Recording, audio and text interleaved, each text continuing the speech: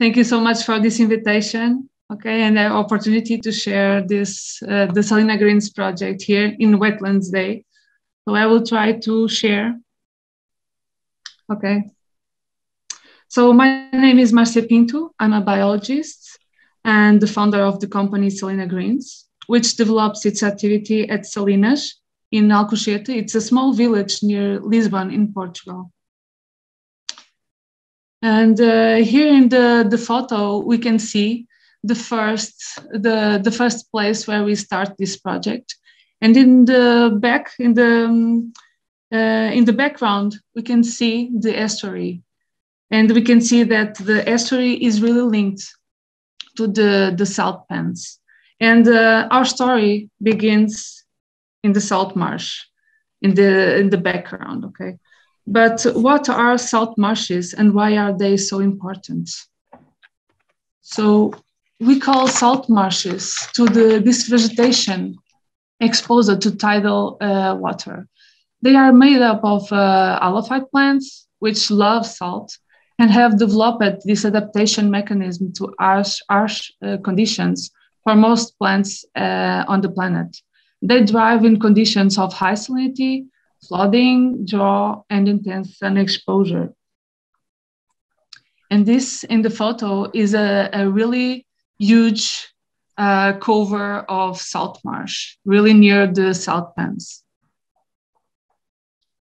And the salt marshes they have a lot of services to us. They are the first line of defense against coastal erosion. They maintain and improve the quality of water and the marine environment around it. They are maternity and protection areas for several marine species.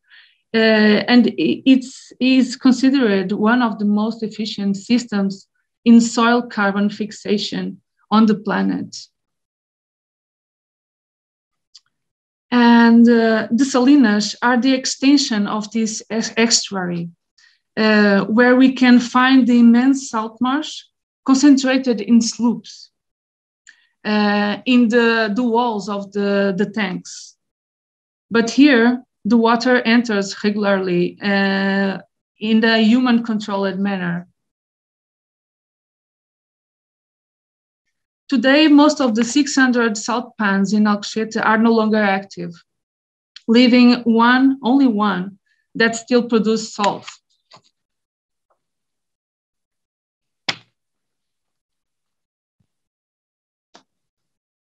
And today, the salt pans are preserved mainly for their environmental value.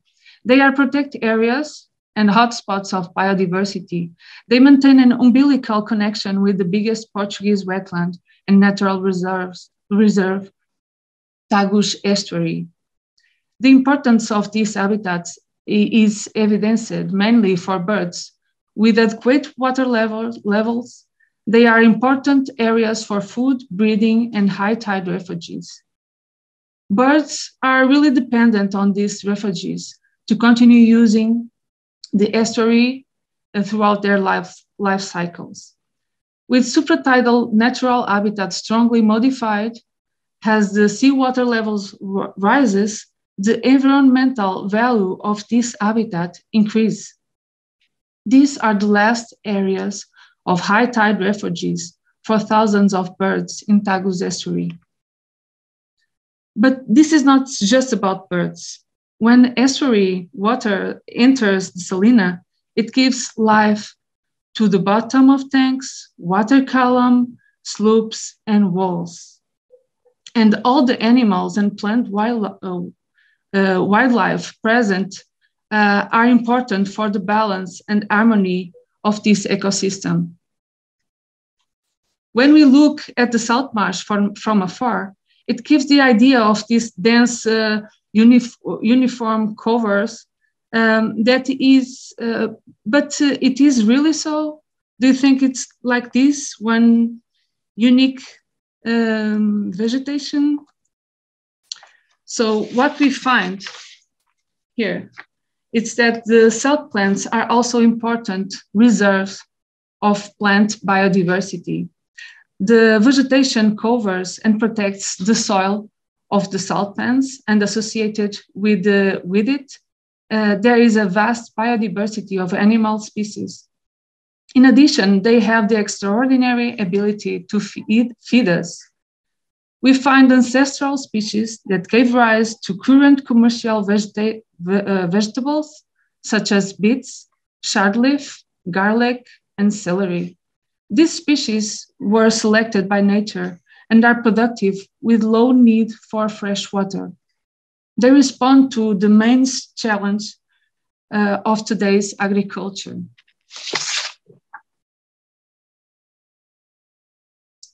And here we can find a very particular group of plants, these Alophide plants that we see in the salt marsh. They are present here, and they are present in the landscape throughout the year. Many are edible and consumed all over the world. It seems that they are all messed up in the landscape, but when we look carefully, we realize that each one is in its place. We have some examples here. The salt bush, normally it's in the upper part of the salt pan, Sarcocornia in the middle part, and sea purslane in the lower and middle part of the slope. All these species are edible and have high nutritional levels. When we realized this, the idea came up of developing a new economic activity based on agriculture of native species. This new economic activity makes the link between ecology and agriculture in the saline environment and proves to be a valuable opportunity to contribute to the conservation of the habitat while we produce food. We start this with the production of salicornia, and in the following years, we realized that there were other species that were equally good. And today we work with more than 10 species. We select the varieties, study the life cycle and natural rhythms, and carry out experiments to optimize production in natural environment. And we develop new fresh and dehydrated products too. Our search for new species reveals several surprises. Wild celery, it was one of those, that grows with only brackish water. And now it's on our list for the production optimization. Wild garlic was another surprise. It has enormous potential due to the widespread consumption tradition. In addition, we can consume the leaves, flowers, and the bulb. Respecting its life cycle, it is a perfect production without the use of irrigation or disease. Wild garlic bulb, it has a large size, great texture and aroma. And it has the advantage of having small bulbs that remain in the ground when we harvest the garlic, which means it won't be necessary to sow again. We are in the seed production phase. We are trying to recover the famous broad bean from the walls of the salt pans in Alcochete. It is a traditional production of the old salt workers, and it's much appreciated by the local population. So we are working on it. Until now, Salina GREEN's main work has been to identify and select the most interesting varieties for production and to optimize production in the natural environment. We spent 5 years doing this.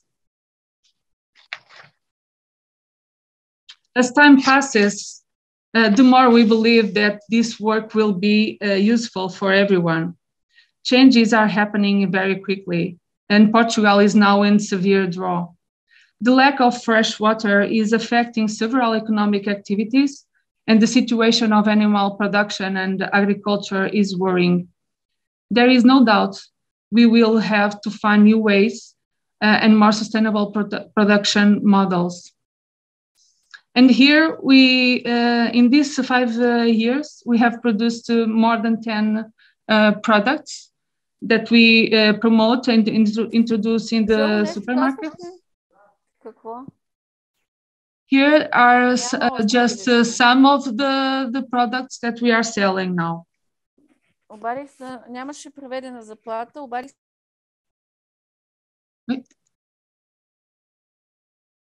And now we are in the local market promoting Salina GREEN's products to the local population. We also sell other organic products like fruit, vegetables, and herbs, organic produced. We are here because we believe that the local population must be active, involved in the conservation of this ecosystem. And we know that it's not easy to change perspectives on something we've known all along. So seeing the locals consuming Salina GREEN's products, it's a huge satisfaction. The possibility of trying and transforming the several species makes them very versatile to develop new products with application in different areas such as food, cosmetics, and pharmaceutics. This is sarcocornia powder. I never imagined that when I start this plant would be used to produce shampoo. And now it is. Salinas are also rich in edible flowers. Some can be used for infusion, such as calendula and crown daisy. I really never imagined that to know so many edible species in Salinas. I was so focused on birds that I didn't see the saltwater and the vegetation cover being the basis of this ecosystem. All this is the house that houses all the biodiversity. And the main contribution is the development of this new economic activity that respects all the dimensions of the Salinas and places the human being back in the landscape with the proactive posture in the conservation of wetlands. The Salina GREEN's production method is compatible with bird protection actions. It needs low level of water in tanks and preserves the landscape and biodiversity. It values and revitalizes a marginal area, creates jobs. We start with 1 and now we go up to 7. It is also an opportunity to adapt our agriculture to extreme weather conditions and prepare for the upcoming changes. All of this translates into greater community resilience. And we believe that wetlands are the key to the development of new models of agriculture production and selection of new crops adapt to climate change. So here I can see we have some projects for the future, and the local partnerships and associations are really important because we cannot do this alone. And we want to continue to develop new foods, new products for pharmaceutical, cosmetic, and agricultural products, and promote all the products that are produced in Salinas. Contribute to the restoration of the habitat and adapt agriculture to extreme climate environments. So thank you so much for your attention. This is my presentation.